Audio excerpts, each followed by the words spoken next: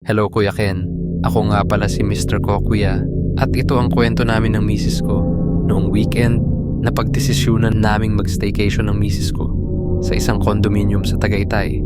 Mataas ang building, 25 floors. At maayos naman ang unit na nakuha namin sa Airbnb. Tahimik ang paligid, malamig ang simoy ng hangin, at perfect sana para sa relaxing getaway. Bandang 11 PM, pagkatapos ng dinner date at coffee sa Starbucks, bumalik na kami sa condo. At dito na nagsimula ang hindi namin inaasahang creepy na karanasan. Pagdating namin sa lobby, sumakay kami ng elevator paakyat sa room namin. Pagbukas ng pinto, may babaeng naka-all black sa loob. Long black blazer, black pants ata, at buhok na parang mid-level ang length sa may dibdib. Banda ang taas na pabagsak, paharap ang style. Maputla siya, parang walang dugo ang muka, pero sobrang kinis ng balat. Para bang nagpapa-gluta drip.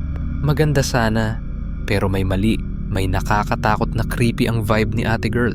Nakangiti siya agad nang bumukas ang elevator. Isang ngiting hindi mo alam kung masaya o may balak. Ang mas unsettling, nasa first floor kami. Pero hindi siya lumabas. Dapat bumaba na siya, diba? Pero nanatili lang siya sa loob. Walang pinipindot. Parang naghihintay ng something o someone. Sumakay kami. Ako sa kaliwa niya. Si Mrs. sa likod. Ramdam ko na agad ang tension. Lalo na't may third eye ang asawa ko. Pinindot namin ang floor namin. Si ate girl, wala pa ring pinindot. Tahimik lang. Nakatitig, nakangiti.